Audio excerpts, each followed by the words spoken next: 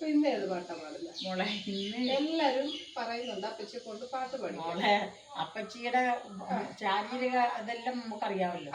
പിന്നെ ഇപ്പോഴും വേറൊരു കാര്യം പറയാൻ പറഞ്ഞു, നമ്മുടെ പുറത്തിപ്പാട്ടുണ്ടല്ലോ, പുറത്തിപ്പാട്ട്, അതിൻ്റെ ഒരു ഇച്ചിരി അപ്പച്ചി പാടാം. അത് ജിബ്രീൽ അലൈഹിസ്സലാം എന്ന മലക്കിനോട് അള്ളാഹുവിൻ്റെ ഒഹി ഇറങ്ങിയതാണ് കുറത്തിയായിട്ട് പോകാൻ, ജിബ്രീൽ എന്ന മലക്കിനോട്.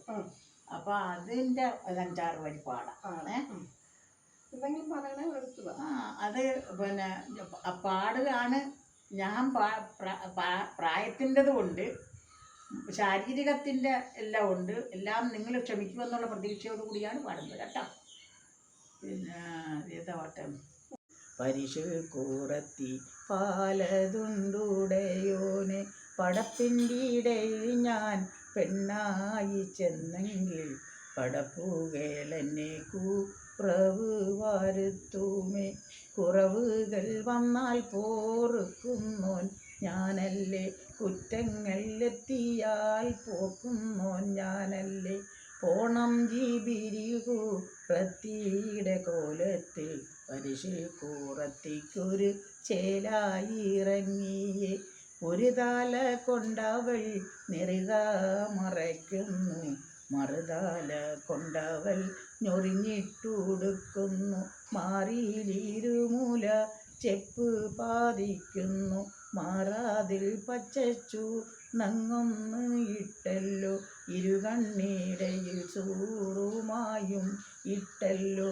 മോദിയിൽ തങ്കത്താലുള്ള വളകളും മോതിരം കൈവിരൽ പത്തിലും പൊന്നാലെ. അരയിലരഞ്ഞാണം ഇട്ടവള് തങ്കത്താൽ ആയ കൂറത്തിക്കൊരു കുട്ട ഇറങ്ങിയേ. ഇറങ്ങിയ കുട്ടയ്ക്ക് മൂലകൾ 4 മൂലകൾ 4ലും മാണിക്യക്കല്ലുണ്ട്. മാണിക്യക്കല്ലിനുടയോവർ 4.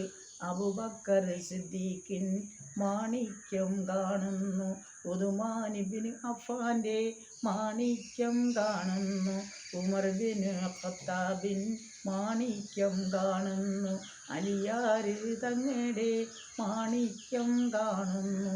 കുറത്തിയൊളിവുകൾ വാനങ്ങളിലെങ്കുന്നു, കുട്ടയെടുത്ത് താലമേൽ കയറ്റുന്നു.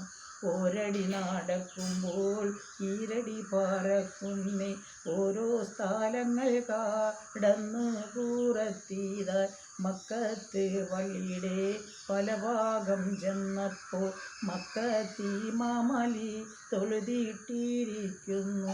മങ്ക കൂറത്തി ആരികത്താൻ ചെല്ലുന്നു.